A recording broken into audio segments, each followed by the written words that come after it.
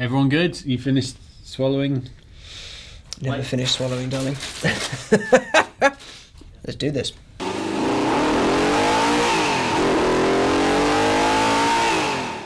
Hello and welcome to another Carfection Commentaries, where we take another classic film from our back catalogue, dust it off and present it to you as new, but this time with some added conversation and insights from the people who made the film. That's me, Drew Stern, and... me, Alex Goy. Hi.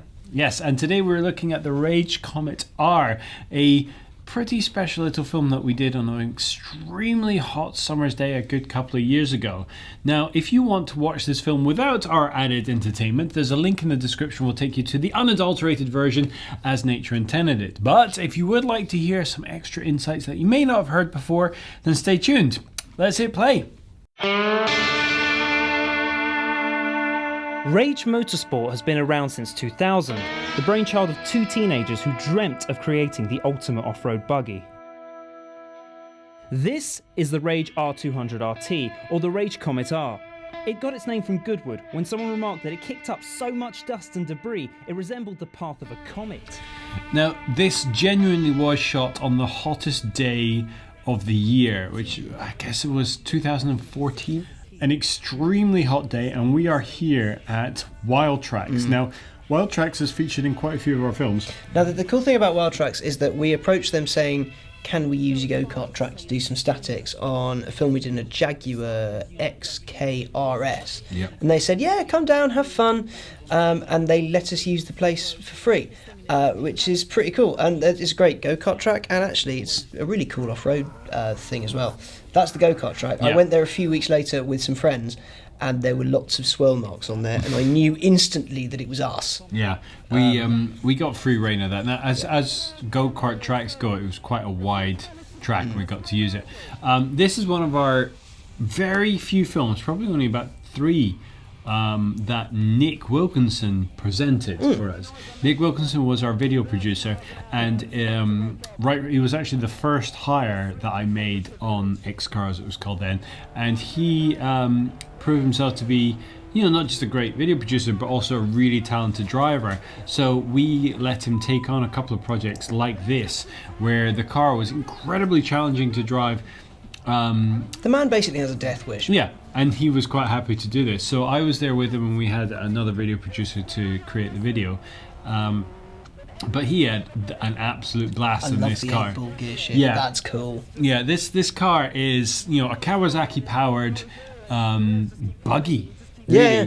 So, but it's road legal, but you don't have to have them road legal. You can set it up to do pretty much anything. So if you want a drift machine, it will be an oversteery monster. If you want something that's a little bit more pointed, they'll do that for you. And if you want it set to mega off-road, as you will see later, it can do mega off-road and survive silliness. All it takes to change between those two or three guys is slight tweaks to the suspension and a different set of tyres. That's all. You can buy this car and it just does this trick. The classic failed overtake manoeuvre that you see in many of our films. Nick was insane. He tried some overtake manoeuvres when it was totally unsafe to do it.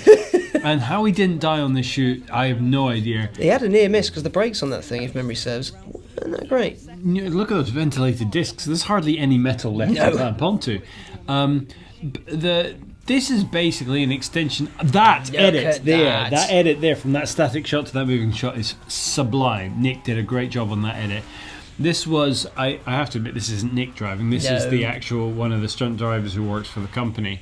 Look at that. And he could drive this thing. You ask him to do anything and he did it spot on.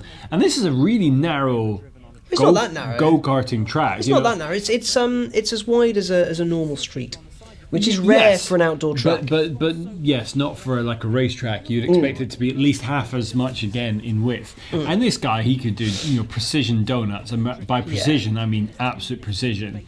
And that's just how this car was set up. But with a pair of slicks on it, it would definitely break some records on the Nürburgring. This thing was insanely powerful. I wouldn't go that far. I wouldn't go that far. Radical would have some words to say about that. On slicks, this thing would be not unstoppable, but unbelievably quick. I think it would break some records for stupid fiberglass things. Yeah, and That would be the record it would break. this guy, the guy doing the driving, said he was so confident he would put his pregnant wife on a spot and he would do donuts right around her in full confidence that he'd never touch her. See, little do we know, later on, she was no longer his wife. But No, not really. this is really where this film comes alive, because this is a This is where someone says either watch this or hold my beer. yeah, Because, well, just fade up the film. yeah. Well, Just leave the film to do the talking. Just. well, the whole point of this is that we talk about No, it. no, because this is the bit where it gets awesome. This is a dirt bike track, so this is like a proper Look at it! motocross. This is not meant for cars. And when we first showed the driver this circuit, he was like, "Oh, I'm not too sure. Let me try out what I can do." And he started just immediately out of the gate doing this. And no matter how awesome this looks on film, it isn't a patch on what it looked like in real life. Yeah. He was going absolute hell for leather, and the big jump that we show a good couple of times. He probably did about a dozen times that we Yeah. filmed, and he was clearing a good There you go. 5 or 6 feet of air. Like, he could jump over a person, no problem at all. And he looked at that and went, "Oh, I'm not too sure I can do that." Look at that! Yeah, that is the biggest jump we've ever filmed on camera, and It's probably the only jump we filmed on camera, apart from that Mustang one that never got in because Yeah. we never finished the film. But look at that. Oh, That thing just sailed through the air, and he just nailed it every time. This guy was a phenomenal driver. And that is him doing those precision donuts around the cameraman spinning around. The car was unbelievable. The driver was phenomenal. The day was fantastic. The track was insane. This was just the greatest combination of factors where we've ever had a film. We actually shot a lot of this on a Red. If you know anything about cameras, a Red is quite a Look at that. yeah, it's quite a Just- fantastic film to shoot these kind of things on, and we were able to get some great slow motion shots like this, and we could have filmed this for weeks and still had fun with it. He just would not back down from any challenge. The only thing he didn't like doing was driving through this, because he felt He that ended up eating mud. well, he probably. wasn't. Well, no, he didn't mind that, but he says he wasn't able to go as fast as he thought would look good on camera. But he was kicking up so much dirt; it was fantastic. I mean, the reason this thing is called the Comet is because when someone saw it running at Goodwood, they saw the trail of dust it was kicking up and thought it looked like a comet's tail. But it was just the most insane ride. And a phenomenal car, like the challenge of driving it in those proper. That's meant for dirt bikes. Yeah. That was a dirt bike track. For and doing motocross. Wild Trucks has that facility, but you know what? Phenomenal thing. If you want to watch it without us wittering over it, feel free to click the link in the description. That will take you to the film without us. And it in all its glory. It's definitely worth a watch because it's a seriously hardcore, impressive film. And don't forget to like, comment and subscribe. Let us know what you think of this. Let us know what you think of the format.